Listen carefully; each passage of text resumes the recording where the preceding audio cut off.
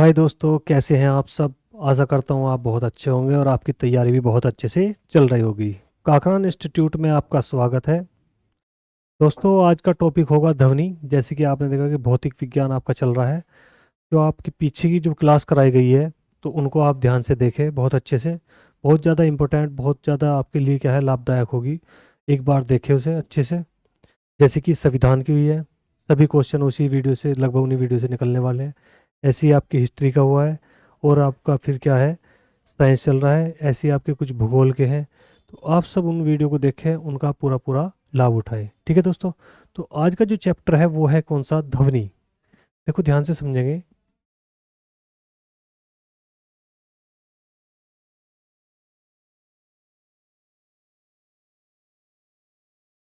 आज का जो चैप्टर है वो है ध्वनि। ध्वनि मतलब साउंड। ठीक है, ध्यान से समझेंगे इसको, टॉपिक को। ध्वनि क्या है मतलब साउंड को। बहुत अच्छे से एक अद्धा क्वेश्चन इसमें से क्या है, बन जाता है। तो ध्वनि तरंगे कैसी तरंगे हैं। तो यदि मैं इस तरंगे की बात करूं तो किस प्रकार की तरंगे हैं, तो ध्यान रखना ये अनुदैर्ध्य तरंगे हैं। ये इंपॉर्टेंट क्वेश्चन है कि किस प्रकार की तरंगे हैं, तो कैसी है, अनुदैर्ध्य तरंगे होती है। ठीक है, ध्यान रखना दोस्तों। इसके बारे में पढ़ेंगे ध्वनि का बहुत अच्छे से, कि ध्वनि को जो है हम सुनने के लिए मतलब कितना समय लगता है, ध्वनि के सुनने का समय कितना है, या अब कह सकते हैं जब क्वेश्चन बनाया जाता है कि ध्वनि का असर हमारे कान पर कितने समय तक रहता है। ठीक है, ध्यान रखना। ध्वनि का जो असर है या प्रभाव, में से जिसको कह देता हूँ, ये ध्वनि का प्रभाव कान पर कितने समय के लिए रहता है, कितने समय तक रहता है। तो वो ध्यान रखना है दोस्तों, 1/10 सेकंड तक। यदि मैं बात करूँ तो यही नियम, बिल्कुल सेम नियम ही कहाँ पर लागू होता है, तो आंख पर भी। ध्यान रखना, आंख के पटल पर दृश्य कितने समय तक रहता है, तो वो भी कितने समय तक रहता है, केवल 1/10 सेकंड के लिए। ठीक है दोस्तों, ध्यान रखना। तो ध्वनि के बारे में आज पढ़ेंगे बहुत अच्छे से, कि तरंगे कैसी तरंगे हैं, ध्वनि तरंगे कैसी तरंगे, तो अनुदैर्ध्य है। ध्वनि का जो प्रभाव है वो कान पर कितने समय तक रहता है, तो कितना, 1/10 सेकंड तक रहता है। इसी में ध्यान रखना कि 3 तरह की तरंगे पढ़ेंगे हम, कौन कौन सी, अपश्रव्य, श्रव्य और पराश्रव्य। ठीक है दोस्तों, इन्हें ध्यान से समझेंगे। देखो, ये भी क्या है, तरंगों का रूप है। कौन कौन सी है ध्वनि तरंगे। एक तो है अवश्रव्य, एक होती है श्रव्य, और एक होती है पराश्रव्य। 3 तरह की तरंगे होती हैं। ये सब की सब क्या है, ध्वनि तरंगे हैं। तो इनकी पूछ लिया जाता है इनके बारे में, कि जो 20 हर्ट्ज से कम, हर्ट्ज से कम। ठीक है, ध्यान रखना दोस्तों। ध्वनि को जो मापा जाता है वो किस में नापा जाता है, ध्यान रखना, डेसिबल में। ठीक है, ध्यान रखना। और मात्रक के रूप में किसको लिखते हैं हम, हर्ट्ज को। ठीक है, ध्यान रखना, मात्रक के रूप में किसको लिखते हैं, हर्ट्ज को। तो जो 20 हर्ट्ज से कम चलती है तो उन्हें कौन सी तरंगे बोलते हैं, अवश्रव्य तरंगे। जो 20 हर्ट्ज से 20,000 हर्ट्ज तक चलती है, तो उन तरंगों को हम क्या बोलते हैं, श्रव्य तरंगे। ठीक है दोस्तों।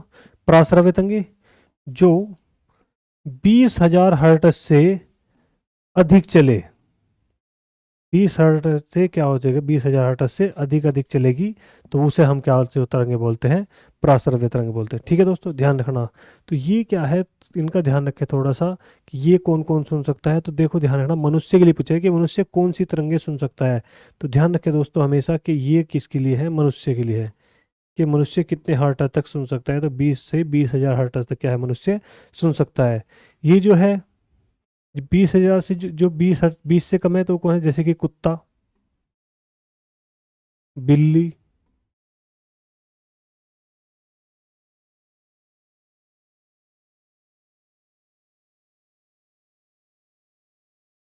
इधर लिख देता हूँ, कुत्ता, बिल्ली, एक अपने हाथी, व्हेल, और एक है 5 साल का बच्चा, 5 ईयर का बच्चा। इन सब आवाज़ों क्या है सुन सकता है। आपने देखा होगा कुत्ता धीरे सोता हुआ मिलेगा आपको, तो अचानक से क्या है उठ जाता है, तो वो कौन सी तरंगों को सुन के सुनता है, तो वे है अवश्रव्य तरंगे। बच्चा सोते सोते क्या है रोने लगता है, तो वो किस तरंगों के कारण, तो वे कौन सी है, वे भी सब कौन सी है भाई, अवश्रव्य तरंगों के कारण। ठीक है, बिल्ली, कुत्ता, हाथी, व्हेल, ये सब कितने सुन सकते हैं, तो कितनों की अवश्रव्य तरंगे जो 20 हर्ट्ज से कम होती है। मनुष्य कौन सी तरंगों को सुनता है, तो कौन सी है, 20 हर्ट्ज से 20,000 तक को क्या है नॉर्मल क्या है सुन सकता है। फिर है पराश्रव्य तरंगे। तो पराश्रव्य तरंगे के लिए सबसे ज्यादा इंपॉर्टेंट में आता है तुम्हारे लिए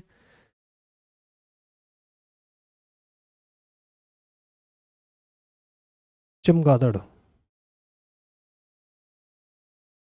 ठीक है, ध्यान रखना चमगादड़ इसमें आता है, ये बहुत इंपॉर्टेंट है, इसको ध्यान से रखे भाई। चमगादड़ जो है कौन सी तरंगे क्या है निकालता भी है और सुनता भी है। ध्यान रखना इन्हीं तरंगों से चलता है जो क्या है 20,000 हर्ट्ज से अधिक अधिक होती है। पराश्रव्य तरंगे ही वो क्या है अपने आप से निकालता है और उनके सारे पे क्या है चलता है। ध्यान रखना दोस्तों, जो चमगादड़ होता है उसके आंख नहीं होती, वो अल्ट्रासोनिक किरणें क्या है निकालता है हमेशा, सॉरी इन्हीं किरणों के द्वारा क्या है वो चलता है, पराश्रव्य तरंगों द्वारा। यही क्या है टकराती है इधर उधर, और उसे पता लग जाता है कि सामने कुछ है। ठीक है, ध्यान रखना। तो चमगादड़ इनको सुनता भी है और इनको निकालते हुए। ठीक है, ध्यान रखना पराश्रव्य तरंगों को। ठीक है दोस्तों, ध्यान रखें इसको बहुत अच्छे से। आगे देखेंगे टॉपिक को। तो एक चीज होती है देखो ध्यान से, ध्वनि का परावर्तन। ध्वनि का परावर्तन। परावर्तन का मतलब है यानी कि टकराकर ध्वनि का वापस आना। ध्वनि का टकराकर वापस आना क्या कहलाता है, परावर्तन। वापस आना क्या कहलाता है भाई, ध्वनि का टकराकर वापस आना क्या कहलाता है, ध्वनि का परावर्तन। ठीक है, ध्यान रखना। तो ऐसा कब होता है, ध्यान रखें, परावर्तन की कंडीशन कब होती है या अपवर्तन की कंडीशन, तो ध्यान रखना इसके लिए जो दूरी होती है ना, जो क्या करना है कि इसको क्या है वापस आने के लिए, वापस यानी कि आवाज़ का वापस जो आना हुआ है वो कितनी दूरी में हुआ है। इस यदि मैं दूरी की बात करूं तो दूरी हुआ है, ध्यान रखना, वैसे तो 16.6 मीटर लगा हुआ लिखा हुआ तुम्हें मिलेगा, लेकिन ऐसे लिए मिलेगा कि लगभग कितना, लगभग 17 मीटर। ठीक है दोस्तों, कितना, लगभग 17 मीटर आपको क्या है मिलेगा कि 17 मीटर की दूरी पर क्या है ध्वनि क्या है वापस आती है। और मैंने आपको बताया कि ध्वनि कान के पटल पर कितने समय तक रुकती है, तो वो कितना है 1/10 सेकंड। यदि दृश्य पूछा जाए कि दृश्य आंख के पटल पर कितने समय तक रुकता है, तो वो कितने समय तक रुकता है 1/10 सेकंड तक। बात समझ आएगी दोस्तों। आगे देखेंगे देखो एक अगला पॉइंट, ये तो क्या था परावर्तन। ठीक है, ध्यान रखना। फिर देखो आगे। ठीक है, इस प्रातः को ध्यान रखना, ये इसको क्या बोला जाता है, ध्यान रखें, प्रतिध्वनि है ना, इसको क्या बोला जाएगा, प्रतिध्वनि। प्रतिध्वनि भी इसको ही बोला जाता है। ठीक है, ध्यान रखना दोस्तों। अब देखेंगे आगे तारत्व। तारत्व का मतलब क्या है, आवाज का मोटा या पतला होना। आवाज का मोटा या पतला होना।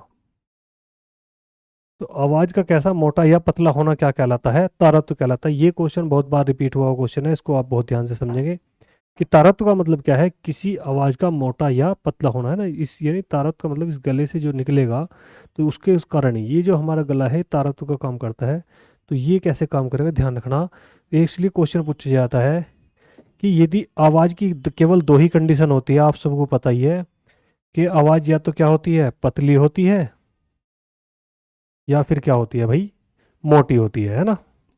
तो आवाज या तो क्या होगी मोटी या फिर क्या होगी पतली। तो उससे तारत्व पर क्या प्रभाव पड़ेगा यदि बात करें, तो तारत्व कैसा होगा, तो यदि आवाज पतली है तो तारत्व क्या होगा, ध्यान रखना भाई, तारत्व क्या होगा, तो तारत्व क्या होगा अधिक होगा। तारत्व क्या होगा अधिक। और यदि क्या होगा आवाज मोटी होगी तो तारत्व कैसा होगा, तो तारत्व कैसा होगा भाई ध्यान रखना कम। बात समझ में आ गई दोस्तों।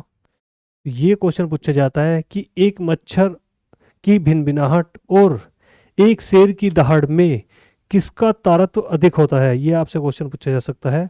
कि एक मच्छर की भिनभिनाहट में और एक शेर की दहाड़ में किसका तारतम्य अधिक होता है, या पुरुष की अपेक्षा स्त्री की आवाज पतली होती है क्यों। ये दोनों क्वेश्चन मैं आपको लिखवा दूंगा, अभी आप बात समझ गए होंगे कि आवाज अगर पतली होगी तो तारतम्य क्या होगा, अधिक होगा। यदि आवाज मोटी होगी तो तारतम्य क्या होगा, कम होगा। तो ये आपका बात है समझने की। यदि आपने ये समझ ली तो ये क्वेश्चन आपके लिए बिल्कुल आसान है करना, कोई दिक्कत नहीं है। ठीक है, देखते हैं कैसे क्वेश्चन बनेंगे। मैं आपको क्वेश्चन लिखवा देता हूँ। पुरुष की अपेक्षा, पुरुष की अपेक्षा स्त्री की आवाज, पुरुष की अपेक्षा स्त्री की आवाज पतली होती है, पतली होती है क्यों, पतली होती है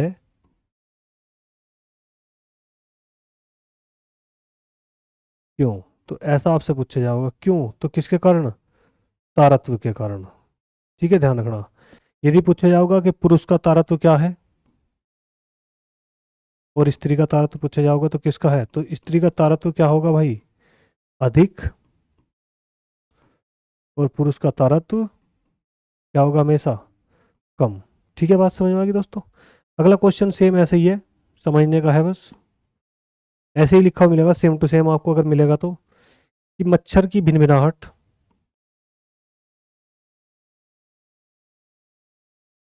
मच्छर की भिनभिनाहट और शेर की दहाड़ में, और शेर की दहाड़ में किसका तारतम्य अधिक होता है, किसका तारतम्य अधिक होता है।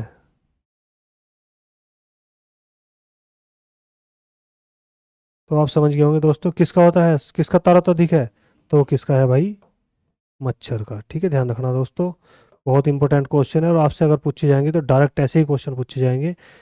तारतम्य से लेकर बहुत अच्छे से क्वेश्चन बन जाए, क्योंकि ये कन्फ्यूजन क्वेश्चन है। यदि आपने ये टॉपिक नहीं पढ़ा तो समझ लो ये क्वेश्चन तो 100 के 100% गलत होना ही है।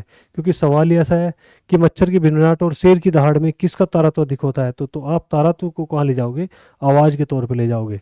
तो आवाज़ तेज नहीं पूछा, उसने पूछा कि तारतम्य का मतलब, आपको पता ही लग गया कि तारतम्य का मतलब क्या होता है।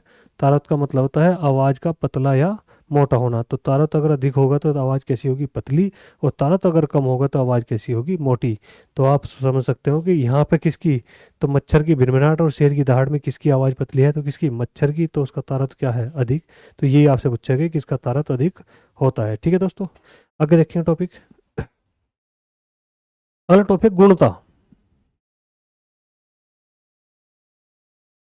गुणता क्या होता है, गुणता मतलब है एक समान,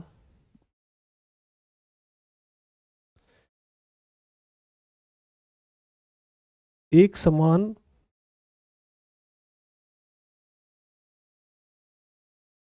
आकृति, एक समान आकृति लेकिन ध्वनि अलग अलग, ध्वनि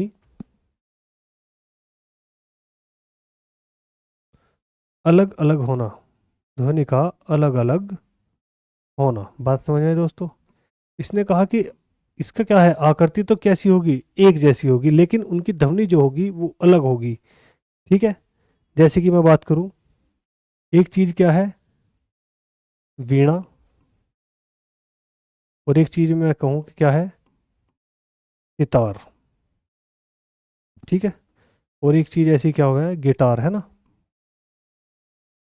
ये सब चीजें क्या है, बात समझ आए दोस्तों। तो ये सब क्या है, आकृति इनकी सबकी क्या है, एक जैसी होती है, लेकिन इनकी आवाज क्या है, अलग अलग होती है। जैसे कि पियानो, पियानो, और उसके जैसे ही होता है हारमोनियम।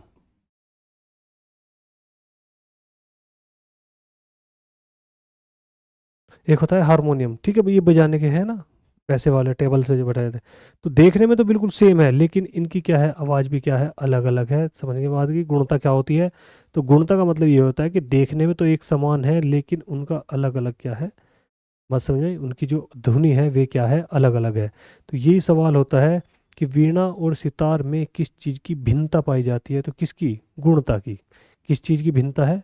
गुणता की। या ये कह सकते हैं कि वीणा की आवाज़ और सितार की आवाज़ में अंतर किस प्रकार पाया जाता है, तो किस प्रकार का? गुणता के कारण। ठीक है, बात समझ में आ गई दोस्तों? ये दोस्तों अगला पॉइंट है डॉपलर प्रभाव। डॉपलर प्रभाव। डॉपलर प्रभाव यही है कि जब कोई ध्वनि हमारे नज़दीक आती है तो उसकी क्या है? तीव्रता, यानी कि आवाज़ जो हमें सुनाई देती है वो तेज़ देती है, और जैसे ही हमसे दूर जाती है तो वो आवाज़ क्या है? धीमी होती चली जाती है। ठीक है, ध्यान रखना। यानी किसी ध्वनि का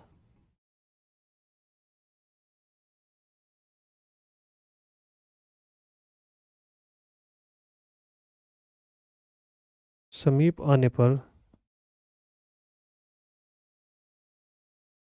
पर वह तेज सुनाई देती है, परंतु दूर जाने पर कम सुनाई देती है।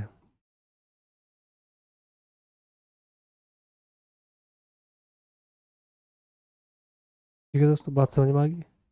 डॉपलर प्रभाव, जैसे कि मैं कहूँ कि यदि कोई ट्रेन हमारी ओर आ रही हो तो उसकी आवाज़ कैसी सुनाई देगी? तेज। और जैसे ही हमें क्रॉस करके चली जाएगी तो फिर हमें ऐसी सुनाई कैसी देगी? कम। तो ये क्या है? डॉपलर प्रभाव है। अब देखेंगे ध्वनि का चलने का तरीका देखेंगे, तीव्रता, है ना? तो देखो, ध्वनि की चाल की यदि मैं बात करूँ, ध्वनि की चाल, तो ध्यान रहे, ध्वनि की चाल करूँ, यदि मैं बात करूँ निर्वात की, ध्वनि की चाल कहाँ पर नहीं चलती, तो वो ध्यान रखना, वो जगह है क्या? निर्वात। निर्वात समझ गए होंगे आप। यानी कि यदि मैं बात करूँ ऊपर ब्रह्मांड की, तो वहाँ पे क्या है? ध्वनि बिल्कुल भी नहीं चलती। वहाँ पे क्या है? ध्वनि बिल्कुल पूरी तरह से क्या है? शून्य है। निर्वात में जो चाल हो है सबसे ज़्यादा, वो किसकी हो है? प्रकाश की। ठीक है, ध्यान रखना दोस्तों, बहुत अच्छा क्वेश्चन है कि ध्वनि की चाल कहाँ पर शून्य होती है, तो कहाँ पर? निर्वात में।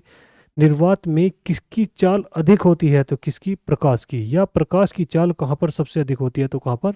निर्वात में। ठीक है, बात समझ में आ गई? फिर देखो, ध्वनि की चाल की यदि मैं बात करूँ कि ताप बढ़ने पर ध्वनि पर क्या प्रभाव पड़ता है, तो यदि मैं कहूँ कि सबसे ज्यादा तेज जो चलेगी ध्वनि की चाल, सबसे तेज,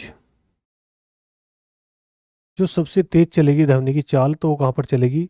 तो सबसे पहला है ठोस, फिर आपको पता ही है द्रव, फिर गैस। ये क्या है? सब पदार्थ है।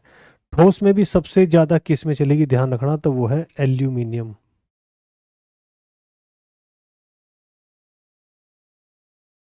ठीक है, दूसरे नंबर पे आता है हमारा कांच।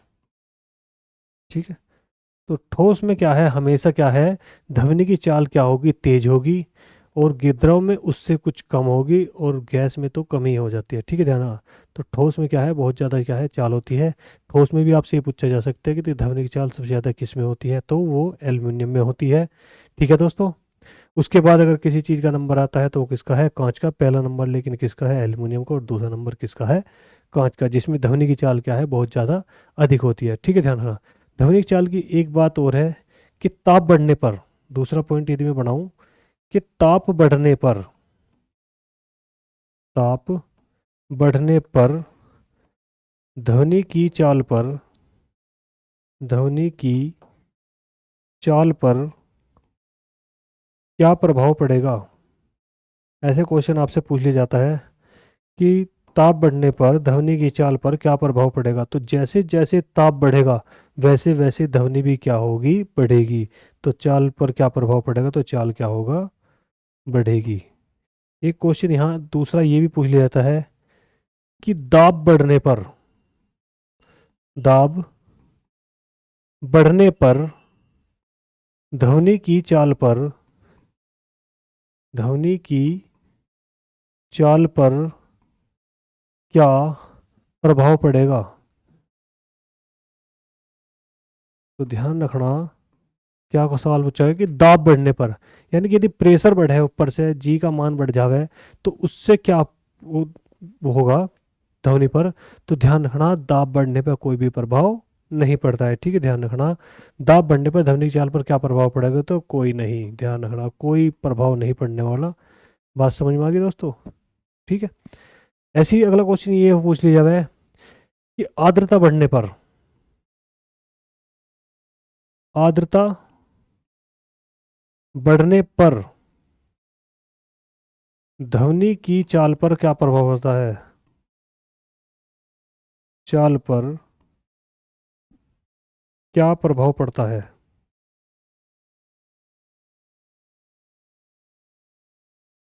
बात समझ में आ गई दोस्तों। आर्द्रता का मतलब क्या है, नमी। नमी बढ़ने पर क्या है, ध्वनि की चाल पे क्या प्रभाव पड़ेगा, आपसे ये पूछा जाएगा।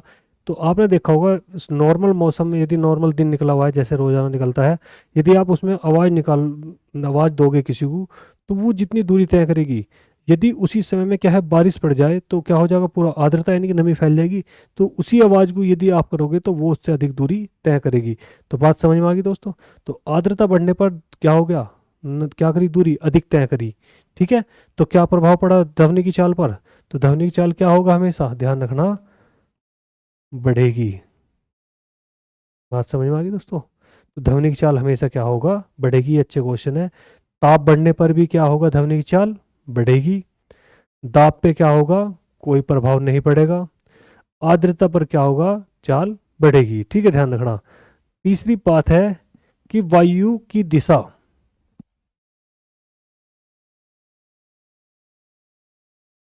वायु की दिशा का प्रभाव, वायु की दिशा का प्रभाव। तो यदि मैं कहूं कि वायु की दिशा क्या है, वायु क्या है, इधर को चल रही, और यदि मैं बात करूं ध्वनि की, कि ध्वनि भी क्या है, इधर को चल रही, तो चाल क्या हो रही, तो चाल क्या होगा भाई, बढ़ेगी। ठीक है दोस्तों, यदि मैं कहूं कि वायु इधर को चल रही, ठीक है, ठीक है, और ध्वनि इसके क्या है, विपरीत है। ध्वनि क्या है, इसके विपरीत है, ध्वनि इधर को है, तो चाल क्या होगी भाई, तो चाल घटेगी। बात समझ में आई दोस्तों। कहने का मतलब ये है कि इधर से आपने क्या है साउंड बजा दी, साउंड आपके क्या है स्टार्ट हो गई बजने, और आपने क्या है इधर कोई हवा चल रही है, तो उस साउंड की जो आवाज़ है वो बहुत दूर तक जाएगी। ठीक है, ध्यान रखना दोस्तों। लेकिन अगर ये साउंड आपके जो बज रहे हैं, अगर हवा क्या है उधर की बजाय, यानी कि वायु उधर की बजाय इधर को आ रही हो, तो साउंड की जो आवाज़ है अधिक दूरी तय कर नहीं पाएगी। तो वायु की चाल पर प्रभाव, ध्यान रखना, वायु की दिशा का प्रभाव पड़ता है, कि वायु अगर ध्वनि की दिशा में चल रही है तो चाल क्या होगा, बढ़ेगी। यदि वायु ध्वनि के विपरीत हो तो चाल क्या होगी, हमेशा ध्यान रखना, ध्वनि क्या है, विपरीत हो, वायु क्या है, विपरीत है, तो क्या होगा, घटेगी। यदि वायु क्या है, दिशा में है उसी की, तो क्या होगा, हमेशा ध्यान रखना भाई, बढ़ेगी। ठीक है दोस्तों, ये आपके टॉपिक है, बहुत अच्छे से इनको समझेंगे। ठीक है, वायु का बहुत अच्छा पैटर्न है। यहाँ से ध्वनि के जो है क्वेश्चन बन जावे, श्रव्य प्रासव्य अवश्रव्य से बन जावे, गुणता से क्वेश्चन पूछा जा सकता है। सबसे अधिक चांस है तारत्व के पूछने के, या वायु का आपसे ये क्वेश्चन पूछा है कि कितने समय तक रहता है, तो 1/10 सेकंड तक। ठीक है, ये आपके कुछ प्रभाव आपसे पूछ लेते हैं कि दाब बढ़ने पर क्या प्रभाव पड़ता है, ताप बढ़ने पर क्या प्रभाव पड़ता है, आर्द्रता बढ़ने पर क्या प्रभाव पड़ता है, सबसे ज़्यादा किस में चलता है, सबसे कम किस में चलती है। तो ये सब आपके क्या है क्वेश्चन बनने वाले होते हैं ध्वनि से। इनको आप बहुत अच्छे से रिवाइज करें दोस्तों, अच्छे से वीडियो को देखें, जो बात समझ में नहीं आई उसे दोबारा से करके देखें, रिपीट करके देखें वीडियो को। बाकी जो आपके पास बुक है जो भी है उसमें भी इस चैप्टर को ध्यान से पढ़े। ठीक है, ध्यान रखना दोस्तों बहुत अच्छे से।